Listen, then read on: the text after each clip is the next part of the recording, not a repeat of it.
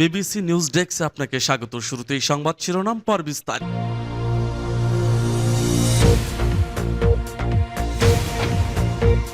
জানিয়ে দিব আমাদের হাতে থাকা সর্বশেষ গুরুত্বপূর্ণ আপডেট বাংলা সংবাদ। বাংলাদেশের অন্তর্বর্তীকালীন সরকারকে যে কোনো সহযোগিতা করতে প্রস্তুত জাতিসংঘ। এরপর জানিয়ে দিব শেখ হাসিনার আশ্রয় নিয়ে ভারত ও যুক্তরাজ্যের যে ফোনালাপ।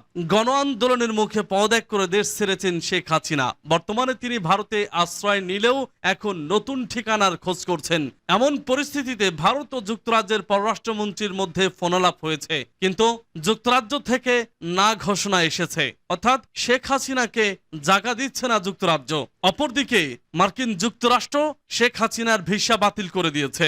অন্যদিকে ভিন্ন ভিন্ন রাষ্ট্রেও আশ্রয় চাওয়ার অনুরোধ করেছেন। প্রতিটি রাষ্ট্রের থেকেই প্রত্যাখ্যান হয়েছে। সবকিছু হারিয়ে এখন সর্বশান্ত এখন শেখ হাসিনা। শেখ হাসিনার কপাল পুড়ে ছাই হয়ে গেছে। শেখ হাসিনার এখন শেখ মোদিজির থালা বাসন মাজা ছাড়া আর কোনো উপায় নেই। অবশেষে দিল্লির সেফ হাউসে মোদিজির ঘরের থালা বাসন মাজবেন আমাদের প্রধানমন্ত্রী শেখ হাসিনা। জানিয়ে দিব এ বিষয়ে বিস্তারিত একটি প্রতিবেদন। এরপর জানিয়ে দেব অন্তর্বর্তীকালীন সরকারের সব মন্ত্রণালয়ে ছাত্রদের সম্পৃক্ত করা হচ্ছে, জানালেন দুই উপদেষ্টা। আরো জানিয়ে দিব আবু সাইদের পরিবারের সঙ্গে দেখা করতে আগামীকাল রংপুরে যাচ্ছেন বাংলাদেশের মহানায়ক, অন্যতম ব্যক্তিত্ব, আমাদের গৌরবময় ব্যক্তিত্ব ডক্টর ইউনূস। এরপর জানিয়ে দেব শিক্ষার্থীদের সহ উপদেষ্টা হিসেবে নিয়োগ দেওয়ার ইঙ্গিত নাহিদের। এবং জানিয়ে দিব অন্তর্বর্তী সরকারের মেয়াদ নিয়ে যা বললেন সৈয়দা রিজওয়ানা হাসান। আরো জানিয়ে দিব পুলিশ সদস্যদের সঙ্গে কথা বলতে রাজারবাগের ডক্টর ইউনূস। সর্বশেষ জানিয়ে দিব ভারতেই অবশেষে মোদিজির গোপন সেফ হাউসেই থাকছে শেখ হাসিনা। ভাগ্যকে অবশেষে মানিয়ে নিলেন প্রধানমন্ত্রী শেখ হাসিনা। যতদিন না বাংলাদেশে প্রবেশ করতে পারছে ততদিন পর্যন্ত মোদিজির থালাবাসন, খাট, হাঁস মুরগি লালন পালন করবেন। এই ছিল আজকের বিশেষ সংবাদ শিরোনাম। এখন বিস্তারিত। তবে তার আগে অনুরোধ থাকবে ভিডিওটিতে একটি লাইক এবং কমেন্টস করে জানিয়ে দিন আজকের এই ভিডিও সম্পর্কে আপনার মূল্যবান মতামত। বাংলাদেশের অন্তর্বর্তীকালীন সরকারকে যে কোনো সহযোগিতা করতে প্রস্তুত জাতিসংঘ। বাংলাদেশের অন্তর্বর্তীকালীন সরকার ও জনগণ প্রয়োজন মনে করলে যে কোনো উপায়ে সহযোগিতা দিতে প্রস্তুত আছে জাতিসংঘ। নিউ ইয়র্কে জাতিসংঘের সদর দপ্তরে স্থানীয় সময় বৃহস্পতিবার নিয়মিত প্রেস ব্রিফিংয়ে সংস্থার মহাসচিবের উপমুখপাত্র ফারহান হক একথা বলেছেন। ব্রিফিংয়ে এক সাংবাদিক প্রশ্ন করেন, জাতিসংঘের মহাসচিব বাংলাদেশের অন্তর্বর্তীকালীন সরকারের প্রধান উপদেষ্টা ডক্টর মোহাম্মদ ইউনূসকে অভিনন্দন জানিয়েছেন কিনা বা তার সঙ্গে কথা বলছেন কিনা। জবাবে জাতিসংঘ মহাসচিবের উপমুখপাত্র বলেন, তিনি মহাসচিব তার সঙ্গে কথা বলেননি, তবে বাংলাদেশে নিযুক্ত আবাসিক সমন্বয়ক আজকের শপথ অনুষ্ঠানে যোগ দিয়েছেন। ক্ষমতা হস্তান্তরের প্রক্রিয়া যেন শান্তিপূর্ণ হয় তা নিশ্চিত করতে তিনি ও কান্ট্রি টিম সক্রিয় রয়েছে। বাংলাদেশের অন্তর্বর্তীকালীন সরকারের প্রধান উপদেষ্টা হিসেবে ডক্টর মোহাম্মদ ইউনূস মাত্রই শপথ নিয়েছেন। তার বিষয়ে জাতিসংঘ মহাসচিবের কোনো বক্তব্য আছে কিনা তা জানতে চাওয়া হয়।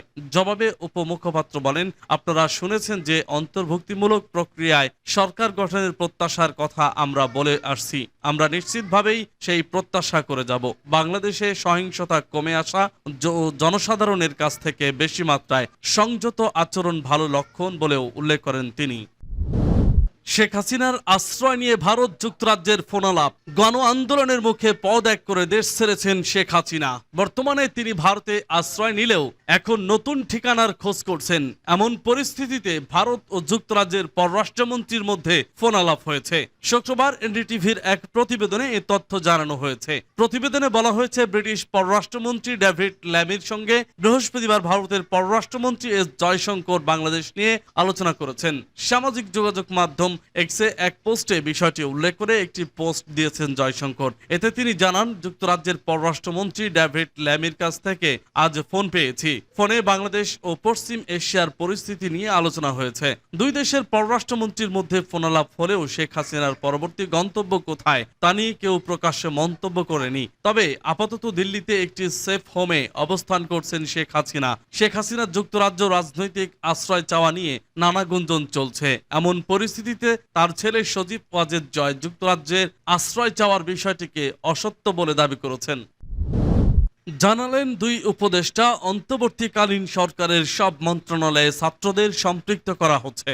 সব মন্ত্রণালয়ে অন্তর্বর্তীকালীন সরকারের উপদেষ্টাদের পাশাপাশি কাজের ক্ষেত্রে আন্দোলনকারী শিক্ষার্থী প্রতিনিধিদেরও সম্পৃক্ত করা হচ্ছে। কিভাবে শিক্ষার্থীদের এই কাজে সম্পৃক্ত করা হবে, সেই কাঠামো কি হবে সেটি পরে ঠিক করা হবে। এ বিষয়ে প্রাথমিক সিদ্ধান্ত হলো আন্দোলনকারী ছাত্রদের সহকারী উপদেষ্টা বা এরকম কোনো পদায়ন করে ছাত্রদের বিভিন্ন মন্ত্রণালয়ে তদারকির সুযোগ করে দেওয়া হবে। আজ শুক্রবার রাষ্ট্রীয় অতিথি ভবন যমুনায় অন্তর্বর্তীকালীন সরকারের উপদেষ্টা পরিষদের প্রথম অনানুষ্ঠানিক বৈঠক অনুষ্ঠিত হয়। পরে সাংবাদিকদের এই কথা জানান পরিবেশ, বন ও জলবায়ু পরিবর্তন উপদেষ্টা সৈয়দা রিজওয়ানা হাসান এবং ডাক, টেলিযোগাযোগ ও তথ্য প্রযুক্তি উপদেষ্টা নাহিদ ইসলাম। সৈয়দা রিজওয়ানা হাসান বলেন, সব মন্ত্রণালয়ে অন্তর্বর্তীকালীন সরকারের উপদেষ্টাদের সঙ্গে কাজ পরিচালনার ক্ষেত্রে আন্দোলনকারী ছাত্র প্রতিনিধিরা সম্পৃক্ত থাকবেন। এখন কিভাবে তারা সম্পৃক্ত থাকবেন, কাঠামো কি হবে, সেটা পরবর্তী সময়ে চিন্তা করা হবে। মন্ত্রণালয়গুলোতে কিভাবে ছাত্ররা সম্পৃক্ত থাকবেন সে বিষয়ে আরেকটু বিস্তারিত জানতে চাইলে নাহিদ ইসলাম বলেন, এর প্রক্রিয়া নিয়ে আলোচনা হচ্ছে, কিন্তু প্রাথমিকভাবে একটি সিদ্ধান্ত আগেও ছিল, সেটি হলো সহকারী উপদেষ্টা বা এরকম ভাবে কোনো পদায়ন করে মন্ত্রণালয়ে ছাত্রদের তদারকির সুযোগ থাকা, সেই ব্যবস্থাটি থাকবে। বৈষম্য বিরোধী ছাত্র আন্দোলনের সমন্বয়ক নাহিদ ইসলাম আরো বলেন, উপদেষ্টা পরিষদে দক্ষ ও অভিজ্ঞ ব্যক্তিদের মনোনীত করা হয়েছে।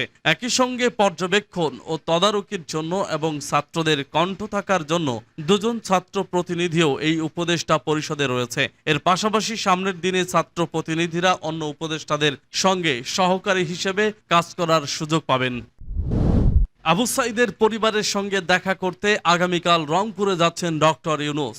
ছাত্র আন্দোলনে নিহত রংপুরের বেগম রোকেয়া বিশ্ববিদ্যালয়ের শিক্ষার্থী আবু সাঈদের পরিবারের সঙ্গে দেখা করতে আগামীকাল শনিবার রংপুরে যাচ্ছেন অন্তর্বর্তীকালীন সরকারের প্রধান উপদেষ্টা ডক্টর মোহাম্মদ ইউনূস। তার সঙ্গে উপদেষ্টা পরিষদে থাকা দুজন ছাত্র প্রতিনিধিও যাচ্ছেন। আজ শুক্রবার রাষ্ট্রীয় অতিথি ভবন যমুনায় অন্তর্বর্তীকালীন সরকারের উপদেষ্টা পরিষদের প্রথম অনানুষ্ঠানিক বৈঠকের পর সাংবাদিকদের একথা জানান পরিষদের পরিবেশ, বন ও জলবায়ু পরিবর্তন উপদেষ্টা সৈয়দা রিজওয়ানা হাসান। উল্লেখ্য, গত 16 জুলাই রংপুরে কোটা সংস্কার আন্দোলন ঘিরে সংঘাতে পুলিশের গুলিতে আবু সাঈদ নিহত হন। ওই ঘটনার ভিডিও ছড়িয়ে পড়ার পর সারা দেশে আন্দোলন জোরদার হয়। এক পর্যায়ে কোটা সংস্কার আন্দোলনে প্ল্যাটফর্ম বৈষম্য বিরোধী ছাত্র আন্দোলন প্রধানমন্ত্রী শেখ হাসিনা সরকারের পদত্যাগের এক দফা দাবিতে আন্দোলনে নামে।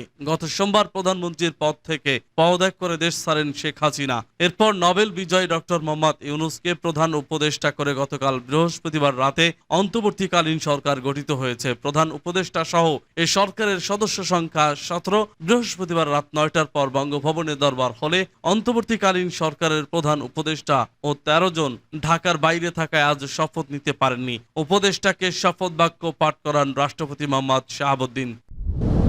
শিক্ষার্থীদের সহ উপদেষ্টা হিসেবে নিয়োগ দেওয়ার ইঙ্গিত নাহিদের। ডক্টর মোহাম্মদ ইউনূসের নেতৃত্বে গঠিত অন্তর্বর্তীকালীন সরকারের উপদেষ্টাদের সঙ্গে সহকারী হিসেবে শিক্ষার্থীদের মধ্যে থেকে কাজের সুযোগ দেওয়ার ইঙ্গিত দিলেন বৈষম্য বিরোধী ছাত্র আন্দোলনের সমন্বয়ক ও নতুন ডাক, টেলিযোগাযোগ ও তথ্য প্রযুক্তি মন্ত্রণালয়ে দায়িত্ব পাওয়া নাহিদ ইসলাম। শুক্রবার বিকেলে অন্তর্বর্তীকালীন সরকারের প্রথম বৈঠক শেষে সাংবাদিকদের সঙ্গে আলাপকালে এসব কথা বলেন নাহিদ ইসলাম। নাহিদ ইসলাম বলেন, ছাত্র সমাজ আমাদের দেশের একটি বড় শক্তি। নতুন সরকারের সঙ্গে আমরা তাদেরও কাজের সুযোগ দিতে চাই। এই লক্ষ্যে উপদেষ্টাদের সঙ্গে সহকারী উপদেষ্টা পদ সৃষ্টি করে শিক্ষার্থীদের কাজের সুযোগ তৈরি নিয়ে আলোচনা হচ্ছে। নাহিদ বলেন, আমাদের উপদেষ্টা প্যানেলে অভিজ্ঞ এবং দক্ষ ব্যক্তিদের মনোনীত করেছি ও ছাত্রদের পক্ষ থেকে আমরা 2 জন উপদেষ্টা মনোনীত হয়েছি। এর পাশাপাশি উপদেষ্টাদের সঙ্গে সহকারী হিসেবে ছাত্ররা কাজ করার সুযোগ পাবে। তিনি আরো বলেন, বর্তমান সময়ে দেশের আইন শৃঙ্খলা রক্ষা বড় একটি চ্যালেঞ্জ। যেহেতু আমরা আজই দায়িত্ব বুঝে নিয়েছি, আমরা আজ থেকেই কাজ শুরু করব। আশা করছি 2-1 দিনের মধ্যেই সব স্বাভাবিক হয়ে আসবে। আমরা এখন থেকেই পুরোদমে কাজ শুরু করে দেব। অন্তর্বর্তী সরকারের মেয়াদ নিয়ে যা বললেন সৈয়দা রিজওয়ানা হাসান।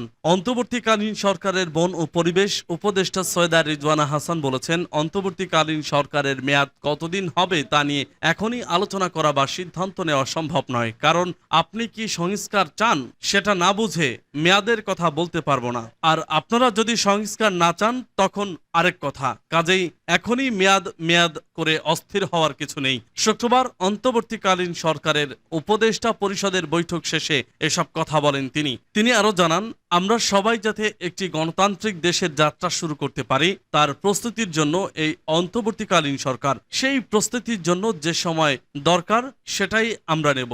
শেষ পর্যন্ত আমরা গণতন্ত্রের দিকে যাব।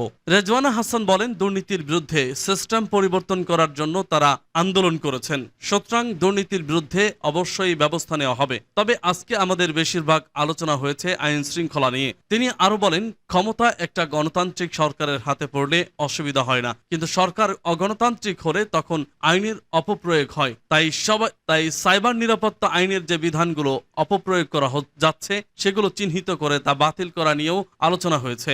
দেশের বিভিন্ন জায়গায় ডাকাতির বিষয়ে বৈঠকে আলোচনা হয়েছে উল্লেখ করে এই উপদেষ্টা বলেন, বৈঠকে আইজিপিকে জিজ্ঞাসা করা হয়েছিল তার কাছে কি তথ্য আছে। তাছাড়া পুলিশের অনেকগুলো থানাও সচল নয়, ফলে তার কাছে সব তথ্য থাকবে সেটাও আমরা মনে করি না। তাই আলোচনা হয়েছে যত দ্রুত সম্ভব আইন শৃঙ্খলা বাহিনীকে কাজে নামানো, বিশেষ করে পুলিশ সদস্যদের সঙ্গে কথা বলতে রাজারবাগে ডক্টর ইউনূস। অন্তর্বর্তী সরকারের প্রধান নোবেলজয়ী অর্থনীতিবিদ ডক্টর মোহাম্মদ ইউনূস আন্দোলনরত পুলিশ সদস্যদের সঙ্গে কথা বলতে রাজারবাগ পুলিশ লাইন্সে গেছেন। তিনি পুলিশ সদস্যদের অভিযোগ ও দাবিগুলো শুনবেন বলে জানা গেছে। শুক্রবার বিকালে স্বরাষ্ট্র মন্ত্রণালয়ের দায়িত্ব পাওয়া উপদেষ্টা ব্রিগেডিয়ার জেনারেল অবসরপ্রাপ্ত এম শাখাওয়াত হোসেনও পুলিশ লাইন্সে গেছেন। জানা গেছে 11 দাবিতে কর্মবিরতি পালন করেছেন অধস্তন পুলিশ সদস্যরা। দাবি মানা না হলে দায়িত্বে ফিরবেন না বলে জানিয়েছেন। তার মধ্যে 2 দফার বাস্তবায়ন করে প্রজ্ঞাপন জারি করেছে সরকার, বাকিগুলোর বাস্তবায়ন চান তারা। পুলিশের দাবির মধ্যে রয়েছে রাজনৈতিকভাবে যাতে পুলিশকে ব্যবহার করা না যায় এ কারণে কমিশন গঠন, বৈষম্য বিরোধী ছাত্র আন্দোলনে যে পুলিশ সদস্যদের হত্যা করা হয়েছে তাদের বিচার করতে হবে। পুলিশ কোনো সরকার বা রাজনৈতিক দলের অধীনে কাজ করবে না। পুলিশ নিরপেক্ষ ভূমিকা পালন করে বাংলাদেশের জনগণের সেবা তথা রাষ্ট্রের নিরাপত্তার জন্য নিয়োজিত থাকবে। সারাদিনে 8 ঘন্টার বেশি ডিউটি করা যাবে না।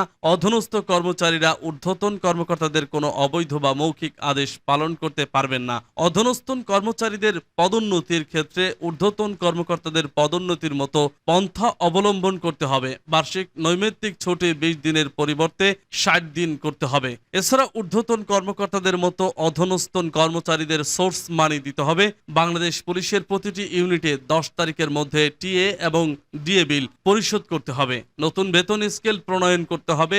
ঝুঁকি ভাতা বাড়াতে হবে। পুলিশ হেডকোয়ার্টার্স থেকে শুরু করে বাংলাদেশ পুলিশের প্রত্যেকটি পুলিশ লাইন্স, থানা, ফাঁড়ি, গার্ড ক্যাম্পের নিরাপত্তা বেষ্টনী জোরদার করে নিরাপদ কর্মস্থল নিশ্চিত করতে হবে। অপরদিকে 3 দিন বন্ধ থাকার পর ঢাকা মহানগর পুলিশের ডিএমপি 29 থানায় সেবা কার্যক্রম শুরু হয়েছে। সেনাবাহিনীর সদস্যদের পাহারায় শুক্রবার পুলিশ সদস্যরা তাদের কর্মস্থলে যোগ দেন।